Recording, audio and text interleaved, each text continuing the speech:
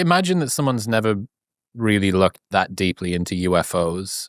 How would you lay out the landscape and story arc of evidence for them? Yeah, I love this. So I think UFOs go way beyond the threshold of what you'd need evidence-wise to accept this as a worthy field of inquiry. If it were any other field, like literally the only reason people don't look into this is because people who are part of the priestly citadel of science, like Neil deGrasse Tyson, say there's nothing to UFOs. Otherwise, you have presidents who've openly talked about UFOs. You have Don Jr. just interviewed, outgoing President Trump in his first term saying, "What do you know about Roswell? I need to know." And Donald Trump goes, "I know a lot of interesting things and I won't say them here." You have President Obama saying we have we have unidentified flying objects that we don't know, what they are in our sky. We're investigating these things. The Office of Naval Intelligence and the Pentagon have released two reports, one in 2020, one in 2021. And there are all these objects that, you have this sort of decision tree of like space trash and, other sort, Mylar balloons, like all these things. And you have a bunch of these things that were spotted that don't, neatly categorize.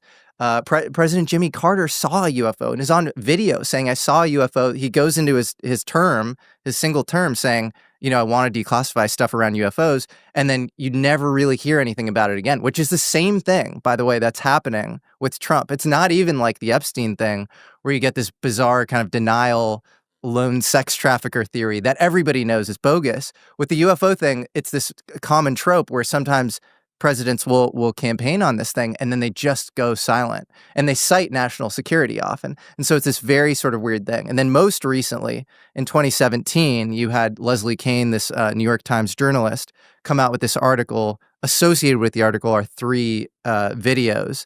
The gimbal, the Go Fast video. These are videos that were taken off the coast of Florida, and the Nimitz Tic Tac sighting, which is this very famous sighting. Commander David Fravor is this Navy pilot who's very well respected. He was actually in charge of guarding Los Angeles during 9/11 when we weren't sure how many planes were in the sky and which cities might be attacked. So he's like a very reputable guy. He speaks in this very matter-of-fact way. And he saw this tic-tac shaped object hovering right above the surface of the water. He was part of this Nimitz carrier strike group. So all these, Air Force carriers and his big Navy ships. And he went out on an F-16, saw this little tic tac, and the tic tac went up to 60,000 feet plus in 7/8 of a second. And you have him. You have FLIR, which is forward-looking infrared. Seeing this object, and this video is up. You can watch it on YouTube and stuff. So since then, and then David Grush, who's this whistleblower, saying that he's basically over 100 pages he gave to the IC Inspector General, this guy Thomas Monheim, in 2022.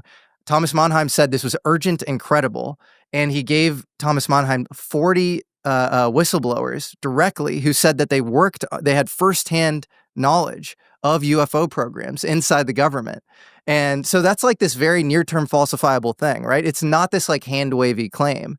And I think since then, people have really started to take this more seriously. But even more sort of, outside of high levels of government and, needing to sort of explain that sort of mass hysteria away if you're kind of a debunker, you have databases like the National UFO Reporting Center, which have over 100,000 instances online. It's like, I think it's 150K plus at this point.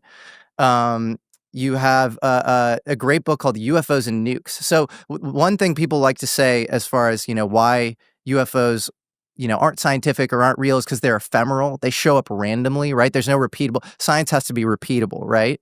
And I think this is very repeatable, actually, because UFOs show up consistently around nuclear installations, nuclear weapons installations, and nuclear energy civilian grids. And so this book, which is almost 600 pages, the most dry, terse book you'll ever read in your life. It's almost boring because it's so meticulously done. And if you speak to the guy who wrote it, this guy named Robert Hastings, you get no grifting vibes, no like salesy, bullshit at all. It's a spreadsheet masquerading as a book. That's right. It's a database, and it's even better than a database because it's filtering for witnesses who are inherently the most credible witnesses I could pick in the world because these guys are on what's called the PRP. So these guys are employees at nuclear bases across the United States.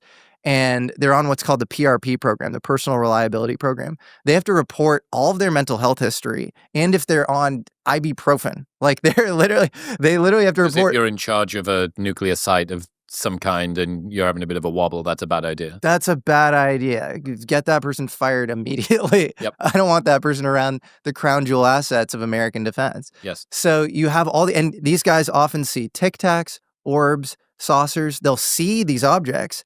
They'll have to sign NDAs. The Air Force Office of Special Investigations will enter their life and say, sign this NDA, and they're sworn to secrecy, and then they're allowed to keep their jobs.